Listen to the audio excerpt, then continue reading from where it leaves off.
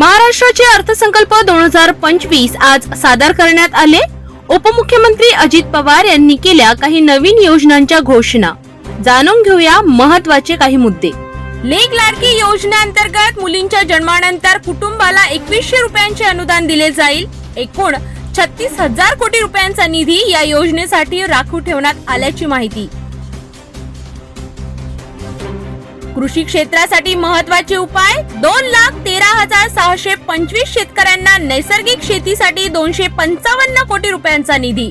महाराष्ट्रातील 1,13,000 शेतकऱ्यांना राष्ट्रीय नैसर्गिक शेती अभियानाअंतर्गत सहाय्य दिले जाईल। पायाभूत सुविधांसाठी भरीव तरतूद।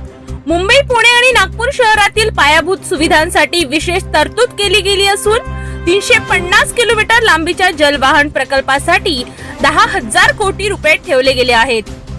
सिंचन प्रकल्पांसाठीचा निधी। गोसीखुर्द, सांगलीतील म्हैसाळ आणि अन्य सिंचन प्रकल्पांसाठी महत्त्वाच्या तरतुदी करण्यात आल्या आहेत। एकूण 1,594 कोटी रुपयांचा निधी सांगलीतील सिंचन प्रकल्पासाठी दिला गेला। कृषी पंपांसाठी मोफत वीज। कृषी पंपांना 7,978 कोटी रुपयांचा वीज सवलतीची घोषणा। 45 लाख कृषी पंपांना मोफत वीज देण्यात येईल।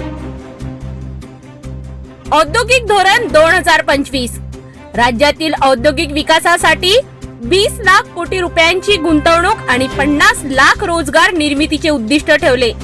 नवीन औद्योगिक क्षेत्रांना प्रोत्साहन देण्यासाठी विशेष उपाययोजना जाहीर करण्यात आल्या आहेत।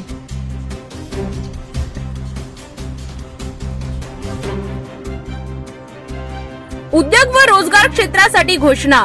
राज्यातील बेरोजगार तरुणांसाठी विविध कौशल्य प्रशिक्षण योजना आणि रोजगार निर्माण करणारे उपाय जाहीर करण्यात आले आहेत।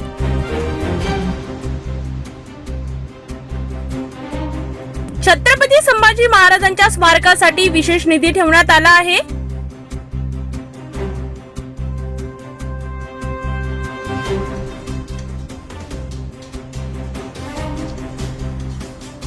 नदीजोड प्रकल्पांसाठी भरीव निधी वाढविण्यात आला आहे, ज्यामुळे शेती क्षेत्रातील सिंचनाची क्षमता वाढवण्यास मदत होईल।